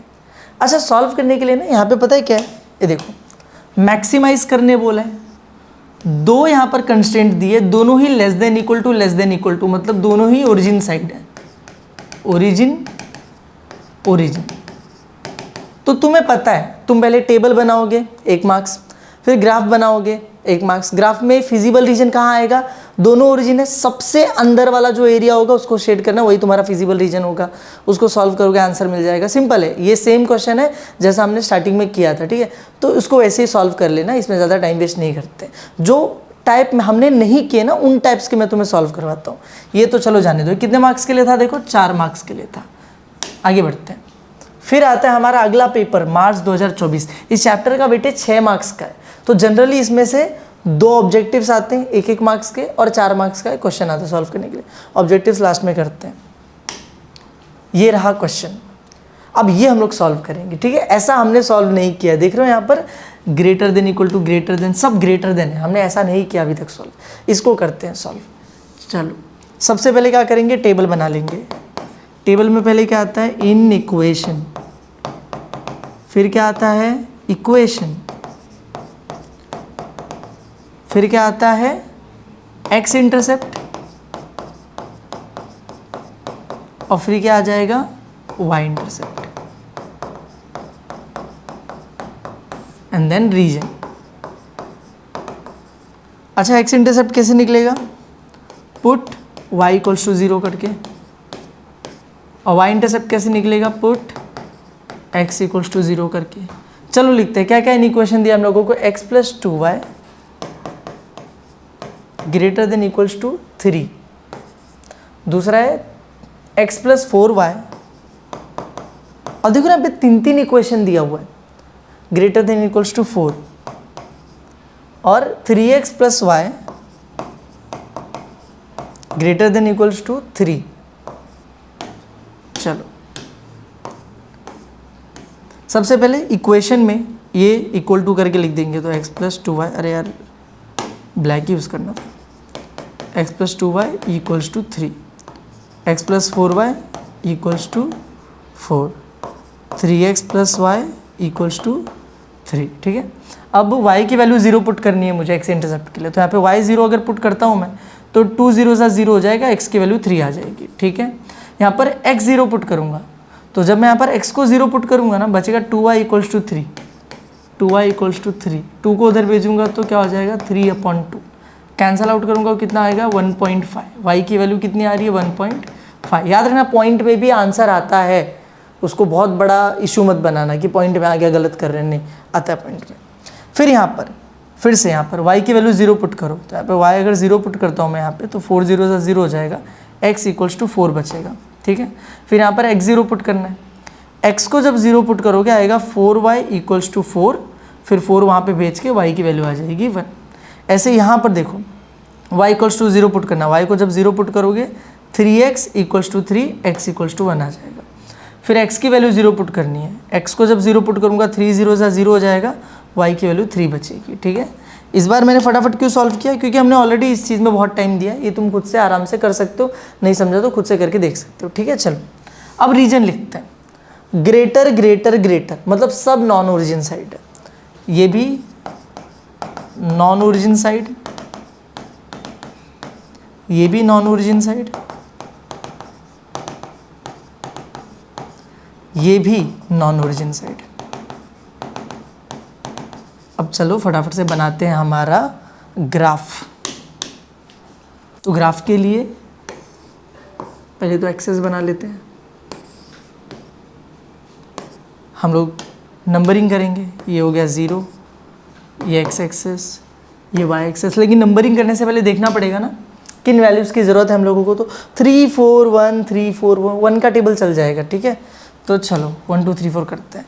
यहाँ पे 0 है, ये 1 2 3 4 5 6 बहुत है, 1 2 3 4 5 6 मोर देन इनफ। ठीक है, एक एक लाइन बनाते हैं। पहली लाइन क्या दी हुई है, 3x पे 3 y पे 1.5, x पे 3 ये रही, y पे 1.5, 1.5 मतलब 1 और 2 के बीच में, 1.5 1 और 2 के बीच में एक और आधा। ठीक है, इन दोनों को जोड़ेंगे, हमारी पहली लाइन बन जाएगी। यहाँ से थोड़ा सा गड़बड़ है, इसको थोड़ा सा ठीक करेंगे, डन, ये बन गई हमारी पहली लाइन। इक्वेशन क्या है इस लाइन का वो देख के लिख लेते हैं। तो equation is x plus 2y equals to 3, तो मैं पे लिख लेता हूँ x plus 2y equals to 3, ये पहला लाइन बन गया। दूसरे के लिए मुझे क्या करना है, 4 और 1, x पे 4 y पे 1 लेना है, तो x पे 4 विच इज़ हियर, y पे 1 विच इज़ हियर, इन दोनों को जोड़ के एक लाइन बनानी है। चलो बनाते हैं, हो गया, हाँ प्रॉपर जुड़ गया एकदम, ये हो गया। और ये क्या था, x plus 4y equals to 4, I think ऐसे ही था ना इसका इक्वेशन, हाँ x plus 4y equals to 4 था। तो ये हमारी सेकेंड लाइन भी बन के रेडी है। तीसरी लाइन हमें लग क्या दिख रहा है हम लोगों को, तीसरा इज 1 और 3, x पे 1 y पे 3, तो x पे 1 मतलब इधर पे, y पे 3 मतलब इधर पे, इन दोनों को जोड़ेंगे। अरे बहुत ही गलत, ये तो हो गया, हाँ डन। ये इसका इक्वेशन क्या था याद है किसी को, 3x plus Y equals to 3, तो this is 3x plus Y equals to 3, simple. अब मैंने क्या बोला था, ये तीनों ही नॉन ओरिजिन है। हमने 2 क्वेश्चन सॉल्व किए, एक में 3 सब ओरिजिन थे, 2 थे दोनों ओरिजिन थे, तो सबसे अंदर ले लिया हमने। एक ओरिजिन एक नॉन ओरिजिन तो बीच में आता है, वही हमने किया। सारे के सारे अगर नॉन ओरिजिन हो तो हम लोग जाते हैं बाहर, नॉन ओरिजिन मतलब ओरिजिन से दूर जा रहे, दूर जा रहे, दूर जा रहे, सब बाहर जा रहे हैं, तो हम लोग सबसे बाहर का एरिया लेंगे। सबसे बाहर का एरिया किधर है यहाँ पे सर जी? तो देखो ध्यान से देखो, ये है सबसे बाहर का एरिया, दिख रहा है तुम लोगों को? दिस इज सबसे बाहर का एरिया। अब ये ना बहुत आगे तक जा सकता है, ये पूरा ही एरिया है, उतना हम बना नहीं पाएंगे, इसलिए हमने इतना सा बना के छोड़ दिया है, लोग समझ जाते उतने में, ठीक है। ये है हमारा सबसे बाहर का area and this is our feasible region. यही क्या है? Feasible region. Very very simple, ये भी आसान है। सबसे बाहर नॉन ओरिजिन, सबसे अंदर ओरिजिन, दोनों है तो बीच में आ जाओ। अब चलो ये हो गया, इसके बाद लिखते हैं कॉर्नर पॉइंट्स। 1 मार्क्स मिल गया हम लोगों को यहाँ पे भी, टेबल का 1 मिल गया, इसका 1 मिल गया, 2 हो गया। Corner points of feasible region. तो चलो कॉर्नर पॉइंट्स कौन कौन से हैं निकालते हैं। तो मुझे दिख रहा है कॉर्नर पॉइंट्स में फिजिबल रीजन का ही देखना, कोई भी रैंडम मत उठा लेना। तो फिजिबल रीजन ये रहा, ये एक कोना है जो इससे जुड़ा हुआ है, ये भी देखो एक कोना है, ध्यान से देखते जाओ, ये भी एक कोना है, ये भी देखो, ये भी कोना तो इससे जुड़ा है, ये भी एक कोना इससे जुड़ा है, देख रहे हो, ये भी कोना है, ये भी कोना है, ये भी कोना है, और ये भी एक कॉर्नर इससे जुड़ा हुआ। तो अगर तुम ध्यान से देखोगे तो इससे जुड़े 4 कोने हैं टोटल, 1 2 3 4। अंदर वाले मत ले लेना, इसको मत बोल देना, ये उससे जुड़े हुए नहीं है। ये 4 कॉर्नर पॉइंट्स है जो उससे जुड़े, इनको नाम देना पड़ेगा हमें। तो एक काम करता हूँ, उसका नाम देता हूँ A B C और D, ABCD नाम दे दिया। अब हम लोग यहाँ पे लिखते हैं फटाफट से, ठीक है। तो A B C और D। ए वाला पॉइंट जो है वो मुझे दिख रहा है साफ साफ, किधर है? ए ये रहा, y एक्सेस पे है ना, तो इसके लिए x तो 0 होगा और y की वैल्यू 3। b जो है, अब b बीच में देख रहे हो, हवा में लटक रहा है, सॉल्व करके निकालना पड़ेगा, ऐसे नहीं मिलेगा, छोड़ो इसको। c भी ऐसा ही है, हवा में लटक रहा है, नहीं मिल पाएगा ऐसे, देखो ना हवा में लटक रहा है c भी। d मिल जाएगा, d x एक्सेस पे है, x एक्सेस के लिए y 0 होता है और x की वैल्यू कितनी दिख रही है यहाँ पे 4। मुझे b और c सॉल्व करके निकालना पड़ेगा, और कैसे सॉल्व करते हैं? साइमल्टेनियसली सॉल्व करते हैं। तो एक एक करके करते हैं, टू फाइंड b, ठीक है। और इसको फटाफट बिना एडिंग सब्ट्रैक्टिंग लिखे सॉल्व करने का, क्योंकि हमें आंसर के मार्क्स मिलते हैं, उस सोल्यूशन के नहीं मिलते। b किधर दिख रहा है मालूम है? b इधर पे। यहाँ पे 3 इक्वेशन है, कौन से 2 इक्वेशन को सॉल्व करोगे ये भी तो डिसाइड करना पड़ेगा ना। तो b अगर तुम ध्यान से देखो ना, तो b जो है ना वो इधर बन रहा है, और ये कैसे क्रिएट हो रहा है पॉइंट? देखो b इधर पे, ये कैसे क्रिएट हो रहा है पॉइंट? ये वाली लाइन है, ये कौन सी लाइन है? ये वाली लाइन, 3x + y = 3। देखो ये वाली लाइन है, और एक जो दूसरी लाइन है ना, देखो ये है, ये वाली लाइन, x + 2y = 3। समझे? कोई भी पॉइंट 2 ही लाइन के कटने पर बनता है ना, वो 2 लाइन हमने निकाल ली, एक ये वाली लाइन, एक ये वाली लाइन, हमने दोनों के इक्वेशंस लिख लिए। देखो इसीलिए ये इक्वेशंस लिखना ज़रूरी है, ताकि मुझे पता चले ये कौन सी लाइन है, मुझे पता चले ये कौन सी लाइन है, ठीक है। वो दोनों लिखे, अब हम लोग इसको सॉल्व कर देते हैं फटाफट से। अच्छा, जब सॉल्व करने जाओगे तो कैसे सॉल्व किया जाता है? एक्स नहीं तो वाई, किसी का एक का कोएफिशिएंट सेम होना चाहिए। तो यहाँ पे x के बाजू में 3, x के बाजू में 1 है, अलग अलग है। x के बाजू में 1 है, x के बाजू में 2 है, अलग अलग है। सेम नहीं है, सेम बनाना पड़ेगा। कैसे सेम बनाएंगे? यहाँ पे देखो दिख रहा है 3, इसके बाजू में भी 3 लेकर आते हैं। कैसे लेकर आएंगे? मल्टीप्लाई बाय 3 करके। इसको मल्टीप्लाई बाय 3 करता हूँ ना, ये x से हो जाएगा 3x, ये 2y हो जाएगा, 2 3 6y हो जाएगा, 3 3 9। लो सबको 3 से मल्टीप्लाई कर दिया, आ गया। अब मुझे दिख रहा है पहला वाला इक्वेशन और तीसरा वाला इक्वेशन। लिखता हूँ पहला वाला,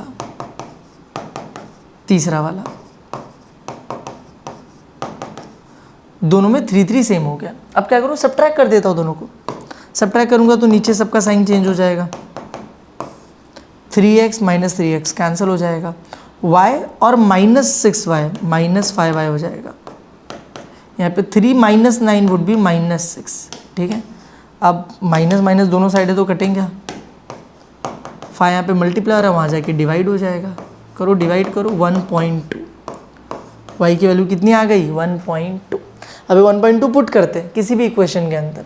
सबसे सिंपल इक्वेशन ये वाला दिख रहा है, इसमें पुट करते हैं। तो लिखता हूँ मैं, पुट y = 1.2।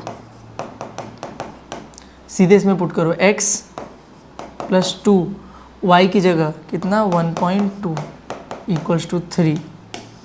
तो x प्लस 2 इंटू ये देखो 2 12 से कितना होता है 24, तो ऐसे आएगा, बस बीच में पॉइंट होगा, प्लस 2.4 उधर भेज दो, क्या हो जाएगा वहाँ जाके माइनस 2.4। 3 में से 2.4 कैसे माइनस करोगे, ऐसे 3.0 में से माइनस 2.4, तो 10 में से 4 गया 6, 3 में से 2 गया 1, कितना बचेगा, सॉरी 10 में से 4 गया 6, लेकिन इसको 10 बनाया कैसे, इससे कैरी लेके 10 बनाया ना, तो 2 में से 2 गया 0, 0.6 तुम्हारा आंसर आएगा। ठीक है, तो आंसर इज 0.6 मिल गया। तो मुझे मेरा पॉइंट बी मिल गया है, बी इज़ 0.6। पहले x की वैल्यू लिखते कभी भी, देन y की वैल्यू 1.2 हो गया। अब हमें सेम ऐसे ही क्या निकालना है, c निकालना है। तो अब हम लोग दोबारा लिखेंगे टू फाइंड c, नीचे आते हैं टू फाइंड c। अब c कैसे निकालोगे, देखो कौन से दो पॉइंट्स को, कौन से दो इक्वेशंस को सॉल्व करना है, यहाँ पे c ढूंढो। देखो c ये रहा, ये देखो ये एक लाइन जा रही है x plus 2y equals to 3, ये एक लाइन जा रही है, देखो यहाँ से ये वाली लाइन जा रही है x plus 4y equals to 4, ये दोनों हम लोगों को लिखना है। x plus 2y equals to 3, x plus 4y equals to 4। ये दोनों में खासियत क्या दिख रही है, मुझे मालूम है, x और x कोएफिशिएंट सेम है। सब्ट्रैक्ट करते हैं, सब्ट्रैक्ट कर देते हैं सीधा, तो x plus 2y equals to 3, x plus 4y equals to 4, subtract करेंगे, सब्ट्रैक्ट करते ही नीचे सबका साइन हो जाएगा चेंज, ये माइनस, ये भी माइनस, ये भी माइनस, ये दोनों हो जाएंगे कैंसिल। 2y में से माइनस 4y करोगे तो माइनस 2y बचेगा, 3 में से माइनस 4 करोगे माइनस 1 बचेगा, माइनस माइनस गया, 2 को उधर भेज दो, यहाँ पे मल्टीप्लाई हो रहा है, वहाँ पे जाके डिवाइड हो जाएगा, कैंसिल आउट करोगे तो कितना आ जाएगा 0.5। लो y की वैल्यू मिल गई। अब y की वैल्यू को पुट कर दो कहीं पर भी, पहले वाले में पुट करते हैं ना, तो पुट y इक्वल्स टू 0.5, तो x प्लस 2 y की जगह कितना आ गया 0.5 equals to 3, x plus 2 into 0.5 करोगे तो आंसर आ जाएगा 1 इक्वल्स टू 3। आधा का डबल कितना होता है, एक ही होता है ना, प्लस 1 को उधर भेज दो, माइनस 1 कितना आ गया 2, तो देयरफॉर मुझे c मिल गया 2 0.5। ये बहुत इंपॉर्टेंट है, मालूम है तुम्हें, इक्वेशन सॉल्व करने आना चाहिए, वरना तुम फंस जाओगे, कोई भी एलपीपी का क्वेश्चन नहीं कर पाओगे, ग्राफ के आगे बढ़ ही नहीं पाओगे। ठीक है, चलो इक्वेशन एक बार सॉल्व हो गया, हमें चारों पॉइंट्स मिल चुके हैं। अब हम लोग फाइनल स्टेप पे जाएंगे, विच इज हम ऑब्जेक्टिव फंक्शन लिख के उसमें सबकी वैल्यूज पुट करेंगे। क्या दिया ऑब्जेक्टिव फंक्शन बताओ, z equals to 6x plus 2y, तो लिखते हैं 6x प्लस 2y, अरे z तो लिखा ही नहीं। अब हम लोगों को इसमें क्या क्या पुट करना है, पहले तो पॉइंट A, फिर पॉइंट B, फिर पॉइंट C, फिर पॉइंट D, सारे पॉइंट्स पहले लिख लेते हैं, बार बार हम लोगों को पीछे आगे नहीं करना पड़ेगा। तो अभी हमने C निकाला था 2,0.5, तो C लिख लेता हूँ 2,0.5। हमने ऊपर B निकाला था 0.6, 1.2, तो ये भी लिख लेते हैं 0.6, 1.2, और A और D तो हमने ऊपर ही निकाल लिया था ना, 0340 0340।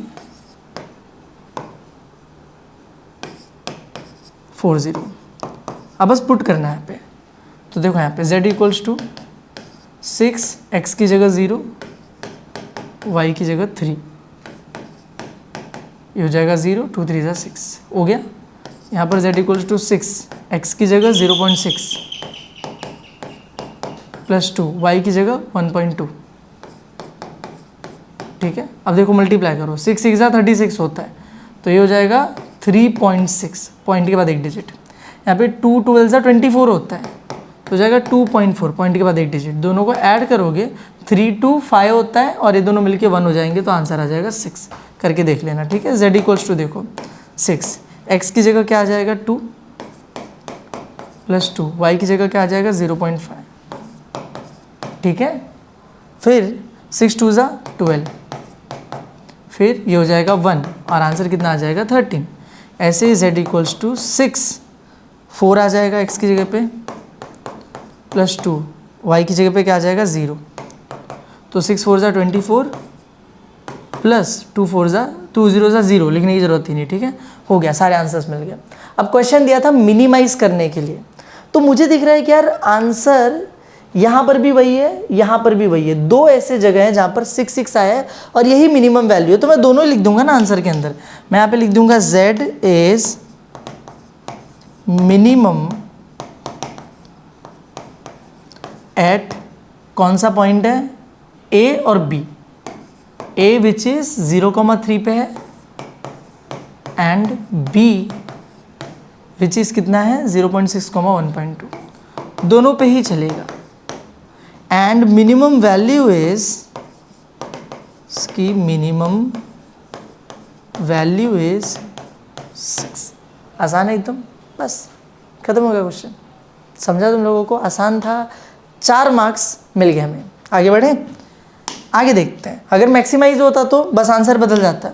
यहाँ पर हम लोग आंसर में लिखते ये 24 वाला, maximum at D4,0, maximum value is 24। आगे बढ़ेंगे, next paper which is March 2023, objective दिया है, लास्ट में करते हैं, पहले क्वेश्चंस पे चलते हैं। अब यहाँ पे क्या दिया है, LPP सॉल्व करने को दिया है और सिंपल है यार, 2 ही इक्वेशन है, एक में लेस देन इक्वल टू, एक में ग्रेटर देन इक्वल टू है। आई थिंक ये सेम क्वेश्चन है जो हमने सॉल्व किया था, लेस देन ग्रेटर, बीच में शेडिंग हो रही थी, सेम टू सेम क्वेश्चन है। उधर 3 मार्क्स के लिए दिया था, इधर 4 मार्क्स के लिए दिया है। देख रहे हो, किसी को 3 मिल रहा है, उसी का किसी को 4 मिल रहा है, सेम ही क्वेश्चन है, नंबर्स भी सेम है, देख लो, ठीक है। सेम लिख देता हूँ यहाँ पे मैं, हमने सॉल्व किया था। आगे बढ़ते हैं, फिर ये अगला पेपर जुलाई 2022 हम लोगों को ऑब्जेक्टिव दे दिया है, लास्ट में देखते हैं। और 4 मार्क्स के लिए सॉल्व करने को देखो 2 इक्वेशन है, दोनों में greater than equal to, greater than equal to मैंने करा दिया। ग्रेटर ग्रेटर तो सबसे बाहर वाले पार्ट को क्या करो, शेड करो। 2 ही इक्वेशन है, आसान रहेगा बहुत, कर लेना खुद से, ठीक है। आगे देखो, हाँ ये आया ना कुछ अलग क्वेश्चन। तो 3 मार्क्स के लिए हम लोगों को मार्च 2022 में क्या दिया हुआ था, फॉर्मुलेट द LPP वाला क्वेश्चन है, देखो ना लिखा है फॉर्मुलेट द LPP। अब इसको कैसे सॉल्व करते हैं सिखाया था, वैसे ही हम लोग इसको सॉल्व करेंगे। सबसे पहला पार्ट होता है हमारा डिसीजन वेरिएबल। 2 डिसीजन वेरिएबल्स होंगे, एक को x मानेंगे, एक को y, कि किस चीज़ की वैल्यू हम पता करने की कोशिश कर रहे हैं। तो यहाँ पर अगर मैं देखूँ तो यहाँ पर सीधे सीधे लिखा है the cost of fodder 1 is ₹3 per unit, cost of fodder 2 is ₹2 per unit. तो कुछ फॉर्डर की बात हो रही है, फॉर्डर 1 फॉर्डर 2, इतना तो मुझे समझ में आ गया। फिर भी एक बार क्वेश्चन रीड करते हैं। लिखा in a cattle breeding farm, cattle breeding farm, cattles मतलब जहाँ पे गाय भैंस पशुएं पाली जाती हैं, ठीक है। तो एक कैटल ब्रीडिंग फर्म है, it is prescribe that food ration for 1 animal and must contain 14, 22 and 1 unit of nutrient A and B and C, ठीक है। डॉक्टर ने बोला है कि जो तुम गाय भैंस जो भी पाल रहे हो, कैटल्स को तुम पाल रहे हो, उनको न्यूट्रिएंट्स देना बहुत इंपॉर्टेंट है। कौन कौन से न्यूट्रिएंट, A, B, C, और उनकी भी एक वैल्यू बता के गया है कि भाई इतनी तो कम से कम उनको चाहिए, इतनी इतनी इतनी, ठीक है, वो तो चलेगा। आगे बोलता है 2 different kinds of fodder are available. अब हम लोग उनको 2 अलग अलग तरीके के फॉर्डर दे रहे हैं। फॉर्डर मतलब चारा समझ लो, जो उनको खिलाया जाता है। अब फॉर्डर 1 फॉर्डर 2 2 तरीके के चारे हम लोग दे रहे हैं, ठीक है।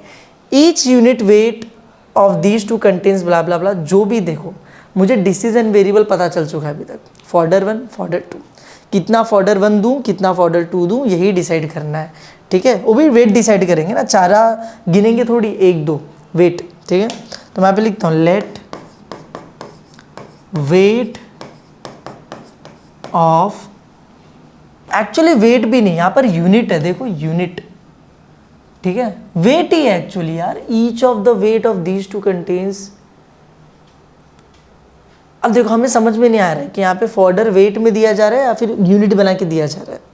तो एक काम करते हैं, हम लोग लिखते हैं let units of fodder 1, simple. अगर मैं यूनिट लिख दूँ तो सब कुछ कवर हो जाएगा ना उसमें, BX और ऑफ फॉर्डर 2 BY, सिंपल। मैंने एक चारे को x यूनिट मान लिया, एक को y यूनिट्स मान लिया, ठीक है, अच्छी बात है। ये मेरा डिसीजन वेरिएबल हो गया। अब मुझे कंस्ट्रेंट्स लिखने हैं। कंस्ट्रेंट्स कैसे लिखूंगा मैं, क्या क्या लिमिटेशंस हमें दी गई हैं। तो देखो ऊपर दिया हुआ था, बोला था कि the food ration for one animal must contain 14, 22 and 1 unit of nutrient A, B and C, कि जो भी खाना तुम उस कैटल को खिलाओगे उसमें कम से कम इतना न्यूट्रिएंट ए होना चाहिए, इतना न्यूट्रिएंट बी होना चाहिए और इतना न्यूट्रिएंट सी होना चाहिए, इतना तो होना ही चाहिए, समझे। तो उसको ना एक काम करते हैं, इस टेबल में हम लोग लेकर आते हैं ज़रा। तो ये टेबल में लिखा है न्यूट्रिएंट ए, तो मैं यहाँ पर लिख देता हूँ, यहाँ पर मिनिमम कितना मिलना चाहिए उसको न्यूट्रिएंट ए, 14, ठीक है। फिर मिनिमम न्यूट्रिएंट बी कितना मिलना चाहिए उसको, 22। फिर मिनिमम न्यूट्रिएंट सी कितना मिलना चाहिए उसको, 1, ठीक है। मैंने लिख दिया न्यूट्रिएंट ए कम से कम 14, न्यूट्रिएंट बी कम से कम 22, न्यूट्रिएंट सी कम से कम 1, इतना तो उसको मिलना ही चाहिए, ठीक है, अच्छी बात है। अब ये जो टेबल बना है ना, इसका यूज़ करके हम लोग निकालेंगे हमारे कंस्ट्रेंट्स। तो देखो कंस्ट्रेंट्स कैसे निकलते, बहुत सिंपल है। मुझे यहाँ पे क्या बोला है कि फॉर्डर 1 के अंदर न्यूट्रिएंट ए 2 यूनिट होता है। देखो ऐसे समझा है, फॉर्डर 1 के अंदर जो न्यूट्रिएंट ए है वो कितना पाया जाता है, सिर्फ 2 यूनिट। फॉर्डर 2 के अंदर न्यूट्रिएंट ए कितना पाया जाता है, सिर्फ 1 यूनिट, ठीक है। फॉर्डर ए खिलाया, 2 यूनिट न्यूट्रिएंट ए मिल गया। फॉर्डर 2 खिलाया, 1 यूनिट मिल गया। लेकिन मुझे सिर्फ 2 यूनिट 1 यूनिट नहीं देना है, मेरे को कितने यूनिट्स देने न्यूट्रिएंट ए के, 14 यूनिट्स देने हैं उनको।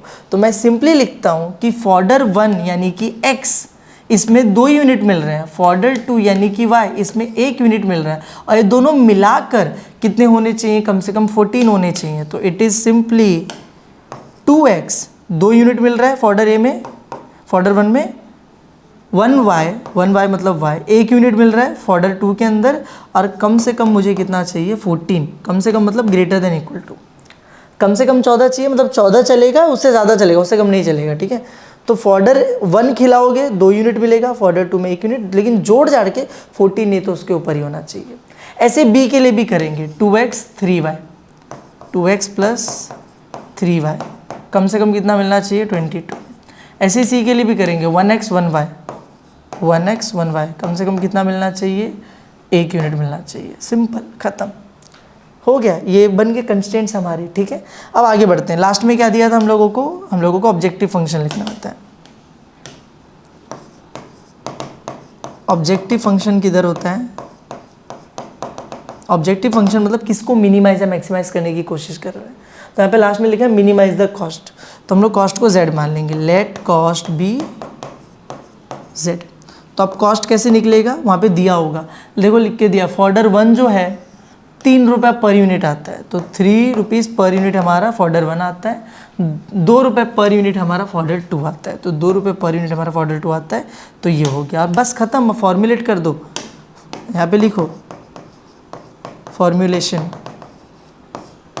क्या आ जाएगा, ऐसे लिखेंगे, मिनिमाइज करने को दिया है ना, z equals to 3x plus 2y subject to, क्या क्या थे ये सारे कंस्ट्रेंट्स लिख दो, 2x plus y less than greater than equals to 14, 2x plus 3y greater than equals to 22, x plus Y greater than equals to 1, और last में x greater than equal to 0, y greater than equal to 0। ये तो मैंने बोला था दोनों लिखने का कहीं पर भी, और बस क्वेश्चन खत्म हो गया। मुझे पता है तुम लोगों को पहले देख के अभी लगेगा ना कि यार सर कहाँ से कहाँ ये आपने कंस्ट्रेंट लिख दिए, कुछ समझ ही नहीं आया। थोड़ा सा समझाने की कोशिश करता हूँ, लेकिन मैं बता रहा हूँ प्रैक्टिस के साथ ज़्यादा समझ में आएगा। फॉर्डर 1 भी खिलाया जा रहा है, फॉर्डर 2 भी खिलाया जा रहा है, दोनों चारा दे रहा हूँ मैं। इसने बोला कि मैं फॉर्डर 1 अगर देता हूँ ना तो उसको न्यूट्रिएंट ए का सिर्फ 2 यूनिट ही मिलेगा। फॉर्डर 2 खिलाता हूँ तो उसको न्यूट्रिएंट ए का सिर्फ 1 ही यूनिट मिलेगा। तो 2 मिल रहा है इसमें, 1 मिल रहा है इसमें, दोनों खिला दिया तो कितना मिला, 3 यूनिट। लेकिन मुझे बोला कम से कम 14 यूनिट चाहिए, तो मैं फॉर्डर 1 ज़्यादा खिलाऊंगा ना, फॉर्डर 2 ज़्यादा खिलाऊंगा। तो अब बहुत सारे फॉर्डर 1 खिला रहा हूँ, बहुत सारे फॉर्डर 2 खिला रहा हूँ, मुझे नहीं पता कितने खिला रहा हूँ।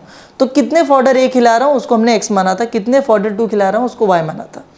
तो मान लो मैं x टाइम्स फॉर्डर 1 खिलाऊंगा, उसको x टाइम्स फॉर्डर 1 खिलाऊंगा और हर बार उसको 2-2 यूनिट मिलते जाएगा। तो जब समझ लो मैंने 4 बार उसको फॉर्डर 1 खिलाया, 4 बार फॉर्डर 1 खिलाया, हर बार 2-2 यूनिट उसको मिला, तो उसको मिल गया ना 8 यूनिट। तो इसलिए हमने लिखा है 2x, समझे कि इतना उसको यूनिट ऑफ ए मिलेगा। ऐसे ही बी के लिए भी, ऐसे ही मतलब फॉर्डर 2 के लिए भी लिखा है, और दोनों मिला के 14 से ऊपर ही होना चाहिए, 14 नहीं तो 14 से ऊपर, कम से कम 14 बोला था इसलिए। ऐसे ही सब हो रहा है, ठीक है। चलो एक बार इसको देख लोगे अच्छे से समझ जाएगा। आगे बढ़ते, 3 मार्क्स का क्वेश्चन था। फिर सॉल्व करने के लिए दिया हुआ है एक लेस देन एक ग्रेटर देन, मतलब तुम्हें पता है बीच में शेडिंग होगी और तुम्हें सॉल्व करना आता है, खुद से कर लेना। और ये हो गया लास्ट में, अगेन सॉल्व करने के लिए दिया है, फैब 2020 का क्वेश्चन है। और एक लेस देन एक ग्रेटर देन, अगेन तुम्हें पता है बीच में शेड होगा, फिजिबल रीजन आएगा, तुम इसको सॉल्व कर सकते हो बहुत इजीली, ठीक है। बस इतने ही थे हमारे पास स्लाइड्स, अब फटाफट से ऑब्जेक्टिव्स करते हैं, ठीक है। अब तुम्हें ऑब्जेक्टिव्स बहुत अच्छे से समझ में आएंगे क्योंकि तुमने क्वेश्चन सॉल्व किए, तुमने कॉन्सेप्ट्स पढ़े क्वेश्चन में भी। पहला लिखा है the region represented by the inequality y less than equals to 0 lies in dash quadrants. मुझे बताया है कि y is less than equals to 0, y की वैल्यू 0 से छोटी होगी नहीं तो 0 होगी, 0 नहीं तो 0 से छोटी मतलब नेगेटिव, 0 से छोटा क्या होता है नेगेटिव, मतलब मेरा जो y है वो क्या रहने वाला है नेगेटिव रहने वाला है। कौन कौन से क्वाड्रेंट में y नेगेटिव होता है मुझे बताना है। तो मैं यहाँ पर आता हूँ, मैं यहाँ पर देखता हूँ मेरा y एक्सेस किधर है, ये रहा y एक्सेस, ये ऊपर पॉजिटिव है नीचे नेगेटिव है, देखो इधर नेगेटिव है। और इधर कौन कौन से क्वाड्रेंट आते हैं नेगेटिव y में, ये मेरा y नेगेटिव, क्वाड्रेंट 3 और क्वाड्रेंट 4, ये दोनों में ही y क्या होता है नेगेटिव होता है। तो मैं यहाँ पे आंसर में लिखूँगा क्वाड्रेंट 3 एंड क्वाड्रेंट 4, समझे, मेरा फाइनल आंसर है। इजी था एकदम चिंदी, क्वाड्रेंट 3 क्वाड्रेंट 4, ठीक है। अब यहाँ पर आ जाओ, the optimum value of the objective function of LPP occurs at the centre of the feasible region. True false का क्वेश्चन है, वो बोल रहा है कि जो मेरा फाइनल ऑप्टिमल वैल्यू आता है, ऑप्टिमल मतलब मिनिमम या मैक्सिमम वैल्यू जो भी आती है वो मेरे फिजिबल रीजन के सेंटर में आती है। नहीं, तुमने इतने सारे क्वेश्चन सॉल्व किए, कॉर्नर पॉइंट्स पे आंसर मिलता है, सेंटर में थोड़ी मिलता है। तो दिस इज फॉल्स। इजी, चलो आगे बढ़ते हैं। फिर ये तो सॉल्व किया हुआ है, हाँ यहाँ पे देखो वापस से दिया the region represented by the inequalities x less than equal to 0 y less than equal to 0, मतलब x भी नेगेटिव y भी नेगेटिव, कौन से क्वाड्रेंट में आएगा देखो बताता हूँ। ये रहा, यहाँ पर x पॉजिटिव होता है, यहाँ पर x नेगेटिव होता है, यहाँ पे y पॉजिटिव होता है, यहाँ पे y नेगेटिव होता है। मुझे बोला दोनों ही नेगेटिव है, दोनों नेगेटिव है, ये भी नेगेटिव ये भी नेगेटिव, मतलब ये रहा, ये है हमारा third quadrant, first second third quadrant. Starting में दिखा था, उसका स्क्रीनशॉट लेके रखो, उसको देख के बता सकते हो थर्ड क्वाड्रेंट है। और यहाँ पे दिया क्या फर्स्ट क्वाड्रेंट, फॉल्स, ये ट्रू फॉल्स का क्वेश्चन है, ये क्या आ जाएगा फॉल्स आ जाएगा, समझे। चलो आगे बढ़ते हैं। आगे क्या दिया है, the optimal value of the objective function is attend at the corner points of feasible region. Very simple, कि हमारा जो ऑप्टिमल वैल्यू है वो किधर मिलता है ऑब्जेक्टिव फंक्शन का, corner points of the feasible reason, कोने कोने में मिलता है। इजी, चलो आगे बढ़ते हैं।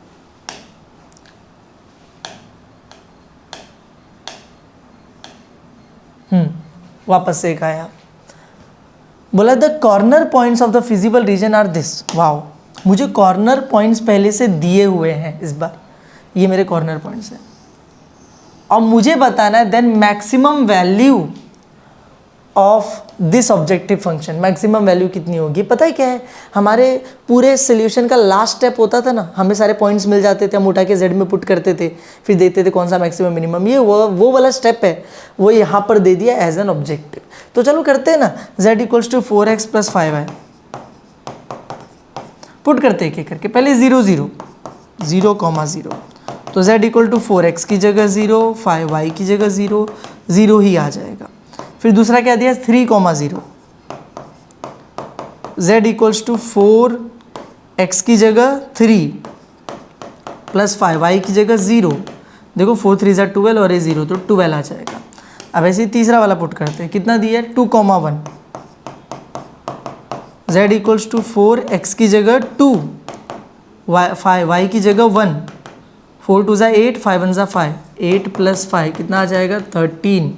फिर लास्ट में क्या दिया है 0,7/3, z इक्वल्स टू 4x की जगह 0 प्लस 5 y की जगह 7/3, 4 0 ज़ा 0 होता है, यहाँ पे 5 7 ज़ा ऊपर ऊपर मल्टीप्लाई होगा 35 और अपॉन में 3, दोनों को डिवाइड करते हैं ना एक बार, तो 3 10 ज़ा 30 होता है, 3 11 ज़ा 33 होता है, 11 ज़ा 33, पॉइंट के बाद 2 बचेगा, ठीक है, नहीं मतलब 11 ज़ा 33 होगा तो 2 बच जाएगा, तो 2 तो आता नहीं 3 की टेबल में, तो पॉइंट लेना पड़ेगा, तो 20 और 20 नहीं आता है तो 3 6 ज़ा 18, तो 11.66 कुछ आएगा। मुझे मैक्सिमम वैल्यू बतानी है, क्या बतानी है मैक्सिमम। मैक्सिमम किधर दिख रहा है, देखो ये रहा maximum 13 which is at point 2,1, तो मेरा आंसर है 13, ये रहा ना, बस सिंपल एकदम।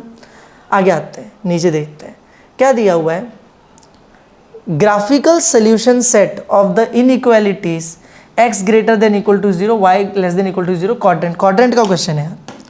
x greater than equal to 0 मतलब x positive, y less than equal to 0 मतलब y नेगेटिव। देखो ये तुम्हारे एक्सेस हैं, this is x, this is y, x इधर पॉजिटिव होता है इधर नेगेटिव होता है, y इधर पॉजिटिव होता है इधर नेगेटिव होता है। अब ढूंढो उसमें x positive y negative, x positive y negative, ये कौन सा क्वाड्रेंट है सर जी, this is my fourth quadrant, तो आंसर आ जाएगा फोर्थ क्वाड्रेंट। समझे, क्वाड्रेंट वाला डायग्राम इसीलिए दिखाया था क्योंकि इंपॉर्टेंट है, ऑब्जेक्टिव्स में आता है।